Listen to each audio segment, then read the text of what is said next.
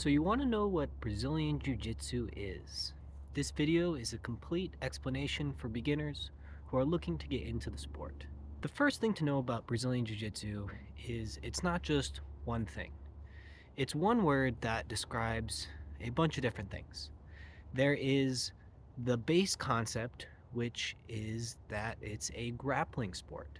So you don't punch or hit or kick, although in some self-defense classes you will do exactly that. For the most part though, it's techniques that involve grabbing your opponent and manipulating them in such a way that they have to give up by submitting via tap. Now, you can do this in a bunch of different ways. You can do this by getting a choke around their neck to the point where they can't breathe or blood can't make it to their brain, and therefore they would have to either give up by tapping or face the consequences, which are pass out. The other thing to do would be something called a joint lock. You don't want to grab the individual joints on the fingers and lock them that way. That's not very nice. It's kind of against the rules and not necessarily seen as a good thing. But your joints, such as your shoulder, if you manipulate your arm in an Americana, which would be bending it this way, or a Kimura lock, which would be bending it this way, you have to do the exact same thing. You have to tap by tapping on your opponent, tapping on the mat, say the word tap, or face the consequences. And most of the time, you'll never have to face the consequences, especially if you have a good instructor who's focused on overall safety and keeping everybody healthy and practicing for a long time. They'll emphasize the importance of tapping early and tapping often, and anytime you don't know what's going on, just give up, tap, reset. There's no shame in that whatsoever. But ultimately, the consequences of a joint lock would be damage or injury or even a broken joint, ligament, or bone.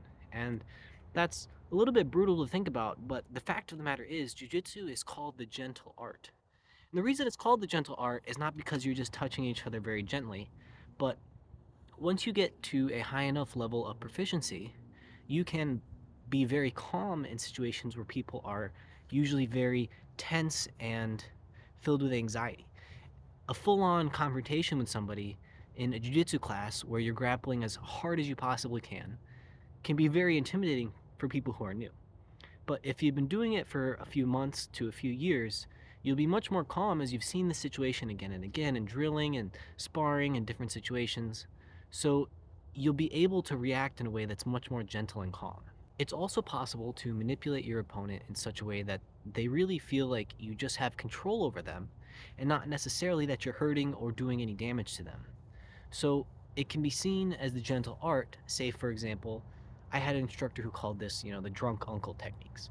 If your uncle who is being a loudmouth and is drunk at a party and maybe is trying to start something, but you don't necessarily want to completely choke him out unconscious because he's your uncle and really he's just getting a little out of hand, you can do techniques where you're just controlling them, you're putting them in a position to where they can't really do any harm, and the situation is more diffused. You can use your words, and in that way you can really see it as the gentle art. Now, the gi. What is the gi? There's Nogi and there's Yeski, although it's usually just called gi class, but I'm going to call it Yeski. The Nogi classes are going to be classes where you're wearing things like this, or a rash guard, just general exercise, skin-tight clothing, if you will, because you're not going to grab onto the clothing or fabric and manipulate it. And if you were to do that, now there are some techniques actually where you can take a shirt, for example, and choke somebody with it, but that's kind of frowned upon and not necessarily something you'd want to do all the time because it would start to degrade the fabric. And when you're not doing gi techniques, you're focusing on things like grabbing around the neck, grabbing on the arm, doing different techniques that don't use fabric or clothing. When you're in a Yeski class, that's where you're wearing the kimono, the outfit, the karate looking uniform, PJs as some people call it, and you're going to use that and you're going to grab onto the fabric if you want and use that to tug around and manipulate, try to choke your opponent, partner if they're in class. And those techniques are going to be techniques you do in the gi. And the reason why we wear the gi is multifaceted. There's a tradition behind it. Also, it's a much thicker material, and if it's something you regularly practice, you won't end up breaking it down because it's so thick. You can keep pulling on it and choking people with it and doing whatever you want. And traditionally, if you buy a high quality gi, it's going to last for many, many years, and it's not going to break down on you. So let's talk about the different aspects of jiu-jitsu.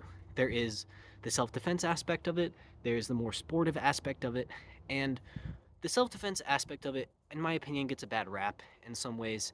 Generally, self-defense classes are going to be classes where you are more focused on what would happen if you're going against someone who has never trained Brazilian Jiu-Jitsu or has maybe only seen MMA and UFC and has a very cursory knowledge of what to do in Jiu-Jitsu.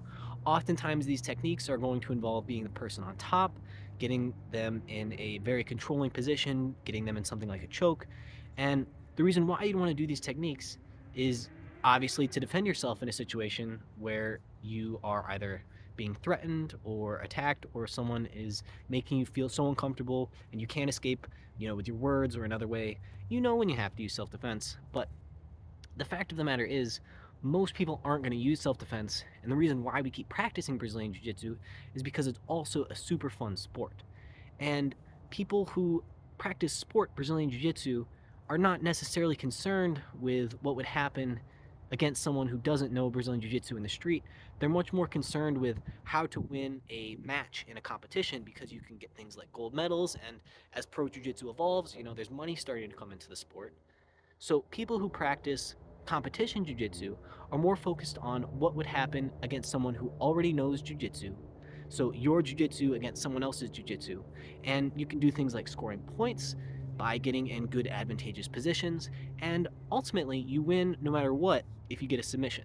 So even if you're practicing sport Brazilian jiu-jitsu, this doesn't necessarily mean you're not going to be better off if someone were to give you problems in a self-defense situation, because the techniques you're using to control and submit somebody can be used in a self-defense situation. Now, there are certain people who say sport jiu-jitsu is not good for self-defense because you're focused on unrealistic techniques, maybe techniques where you're already on the bottom, and if it were a self-defense situation, you'd have to worry about someone hitting you.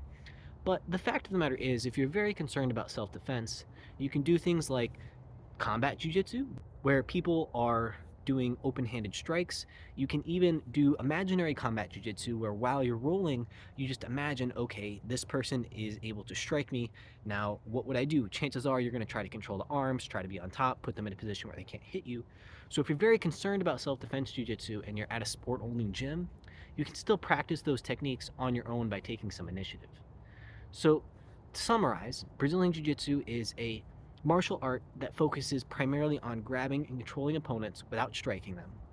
And there are multiple facets of it. You can train in the gi, you can train without the gi, you can train for sport, you can train for self defense. But at the end of the day, it's all grappling, and we love it because it's fun. It's very complicated and it takes a while to learn and get good at. But I promise you, if you stick to it, you'll probably fall in love with it just like I did.